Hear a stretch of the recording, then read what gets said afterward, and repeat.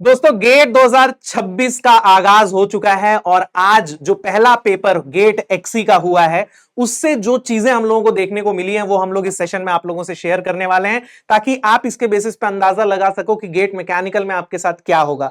हालांकि 100% कोरिलेशन तो जरूरी नहीं है, लेकिन एक अंदाजा आपको मिल सकता है कि what you can expect in GATE mechanical, may be that might help you sir. Okay so बच्चों, जिसने जिसने एक्सी दिया है आपको तो पता है, बट जो बच्चे एक्सी नहीं दे रहे हैं तो आपको थोड़ा आइडिया होना चाहिए कि किस टाइप का पेपर आया था, कैसा डिफिकल्टी लेवल था और किस टाइप के क्वेश्चंस पूछे गए थे जो जनरली पहले नहीं पूछे जाते हैं, या फिर वेटेज कम था। इस बार थोड़ा सा वेटेज चेंज ओवर हुआ है, तो हम सब लोग ये एक्सपेक्ट करते हैं कि सेम वेटेज जो है वो आपके मैकेनिकल के पेपर में भी रिफ्लेक्ट हो सकता है, सेम टाइप ऑफ क्वेश्चंस आपको देख सकते हैं, मिल सकते हैं। तो इसी पे हम स्टार्ट करते हैं कि कैसा हमारा वेटेज है, एक्सी में कैसा पूछा गया था सर। तो देखिए, आप लोगों के लिए तीन रेलेवेंट सब्जेक्ट्स होते हैं, fluid mechanics, solid mechanics, thermodynamics. Maths और एप्टीट्यूड जो है वो तो कॉमन ही होता है। अगर आप मैथ्स की बात करें तो लास्ट ईयर के कंपैरिजन में इस साल एमएसक्यू क्वेश्चंस बढ़े हैं। पिछली बार सिर्फ एक एमएसक्यू क्वेश्चन आया था, इस बार 3 एमएसक्यू क्वेश्चंस आए हैं, जिसमें से 2 1 मार्क के हैं। तो ये चीज हमने देखी है, एमएसक्यू क्वेश्चंस में ज्यादातर 1 मार्क के क्वेश्चन डाले गए हैं जिसमें कॉन्सेप्ट बेस्ड क्वेश्चंस आपसे पूछे जा रहे हैं। सिमिलरली अगर हम सॉलिड मैकेनिक्स की बात करें तो बहुत ज्यादा चेंज नहीं है। अगर आप एमएसक्यू की बात करें, लास्ट ईयर भी 3 आए थे, इस बार 2 आए हैं। एनएटी और एमसीक्यू में थोड़ा सा वेटेज जो है वो शिफ्ट हुआ है। अदरवाइज सॉलिड मैकेनिक्स में मार्क्स डिस्ट्रीब्यूशन में बहुत ज्यादा चेंज नहीं है। What about sir FM and तो बच्चों, फ्लूइड मैकेनिक्स की अगर हम बात करें तो अगर सिर्फ मार्क्स का जो टाइप ऑफ क्वेश्चन पूछे गए थे, तो फ्लूइड मैकेनिक्स में अगर देखेंगे तो लास्ट ईयर सिर्फ कोई भी क्वेश्चन एमएसक्यू नहीं पूछा गया था, बट इस साल 3 क्वेश्चन है जो एमएसक्यू के पूछे गए। ये इंपॉर्टेंट एक चेंज हुआ है। अगेन यहाँ पे 2 क्वेश्चन जो थर्मोडायनेमिक्स है उसमें पूछे गए थे। लास्ट ईयर यहाँ पे जो था थर्मोडायनेमिक्स में एमएसक्यू 2 ही थे, बट फ्लूइड मैकेनिक्स में एमएसक्यू नहीं था। तो अगर हम टोटल वेटेज की बात करें तो टोटल अगर लास्ट ईयर का देखेंगे तो there were total 6 MSQ questions which were asked, और इस बार उसका वेटेज थोड़ा सा बढ़ गया है और वो 10 हो गए। तो हम ये प्रेडिक्ट कर रहे हैं कि हमारा जो मैकेनिकल का पेपर होगा उसमें भी आपका एमएसक्यू का वेटेज बढ़ सकता है। जैसे sir last to last year देखे थे तो शायद 1 या 2 ही क्वेश्चन पूछे गए थे एमएसक्यू वाले, वो बिल्कुल नहीं थे। लास्ट ईयर थोड़े से बढ़े हैं और इस बार 10 हो गए, तो ये एक्सपेक्टेड है कि शायद एमएसक्यू का वेटेज बढ़ जाएगा। Now if we talk about other question, तो फ्लूइड मैकेनिक्स में जनरली जो मोटा मोटी वेटेज है वो एमसीक्यू और एनईटी वाला है, वो थोड़ा सा चेंज हुआ है। एनईटी का एक क्वेश्चन कम हो गया है बिकॉज वो एमएसक्यू की साइड चला गया। अगेन थर्मोडायनेमिक्स की अगर हम बात करें तो थर्मोडायनेमिक्स में जो एनईटी का वेटेज है वो इस बार ज्यादा है, एमसीक्यू वाला वेटेज थोड़ा सा कम हो गया। तो हम वो एक्सपेक्ट करते हैं कि शायद आपको एनईटी क्वेश्चंस ज्यादा देखने को मिलेंगे मैकेनिकल में भी। अगेन सर लास्ट में बात कर लेते हैं डिफिकल्टी लेवल की। तो सर डिफिकल्टी जरा आप थोड़ा सा बताइए कि सॉलिड मैकेनिक्स वाला डिफिकल्टी कैसा था, बिकॉज वो बेस हो सकता है मे बी मैकेनिकल पेपर के लिए एज वेल। लास्ट ईयर अगर हम बात करें तो इंजीनियरिंग मैकेनिक्स और स्ट्रेंथ ऑफ मटेरियल दोनों से कुछ डिफिकल्ट क्वेश्चंस आए थे, जो कि मेरे ख्याल से सबसे नहीं बने होंगे। बट इस बार की अगर हम बात करें तो इंजीनियरिंग मैकेनिक्स में तो एक भी ऐसा क्वेश्चन नहीं था जो मुझे लगता है कि बहुत ज्यादा डिफिकल्ट हो। स्ट्रेंथ ऑफ मटेरियल में एक क्वेश्चन आया था स्ट्रेन कैलकुलेशन पे, जो थोड़ा सा ट्रिकी था। अदरवाइज उसके अलावा बाकी सारे क्वेश्चन काफी कंपैरेटिवली इजी थे। बट एक चीज जो मुझे देखने को मिली है वो ये कि इस बार ऐसे बहुत सारे क्वेश्चंस थे जिसमें सुपरफ्लुअस डेटा था। सुपरफ्लुअस डेटा मतलब ऐसा डेटा जो सॉल्यूशन में यूज नहीं हो रहा है, वो डेटा आपको सिर्फ कंफ्यूज करने के लिए दिया। और ऐसा मैंने 3 से 4 क्वेश्चन में ऑब्जर्व किया इंजीनियरिंग मैकेनिक्स में पर्टिकुलरली, कि आपको अननेसेसरी डेटा देकर कंफ्यूज करने की कोशिश की गई है। शायद मैकेनिकल में भी ऐसा हो कि आपको कुछ सुपरफ्लुअस डेटा देखने को मिले, तो आप प्रिपेयर्ड रहना। जरूरी नहीं है कि जो डेटा क्वेश्चन में है वो सॉल्यूशन में यूज होगा ही होगा। राइट।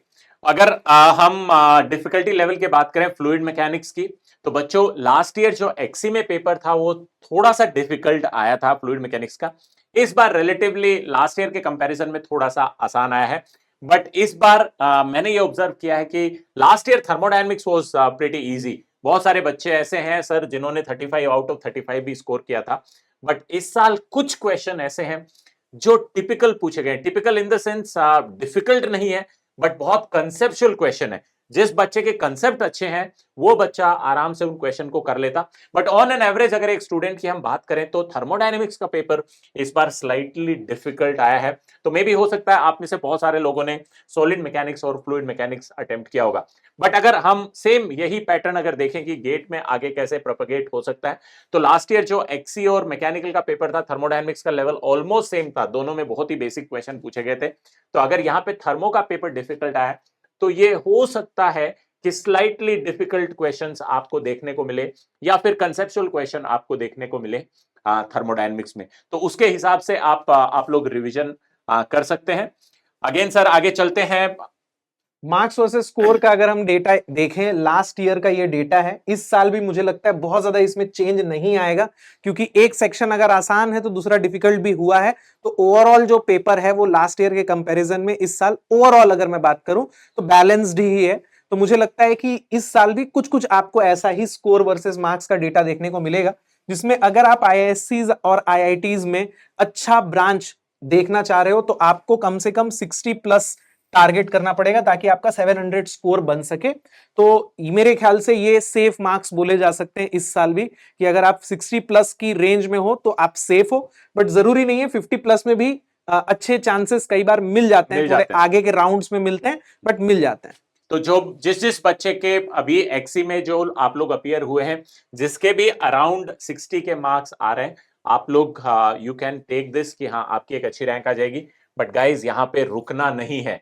अगर आपके इससे ऊपर भी मार्क्स आ रहे हैं तो this is not the only exam, आपको गेट मैकेनिकल भी फोड़ना है, बिकॉज बहुत सारी पीएसयूज वगैरह जो होती हैं वो एक्सी के थ्रू नहीं लेती हैं। तो जो बच्चे पीएसयू में अपीयर करना चाहते हैं, इवन अगर यहाँ पे एक्सी में आपको लग रहा है कि मेरी टॉप रैंक आ रही है, फिर भी बच्चों यहां पे रुकना नहीं है, ज्यादा मेहनत के साथ में आपको यहां से आगे बढ़ना है।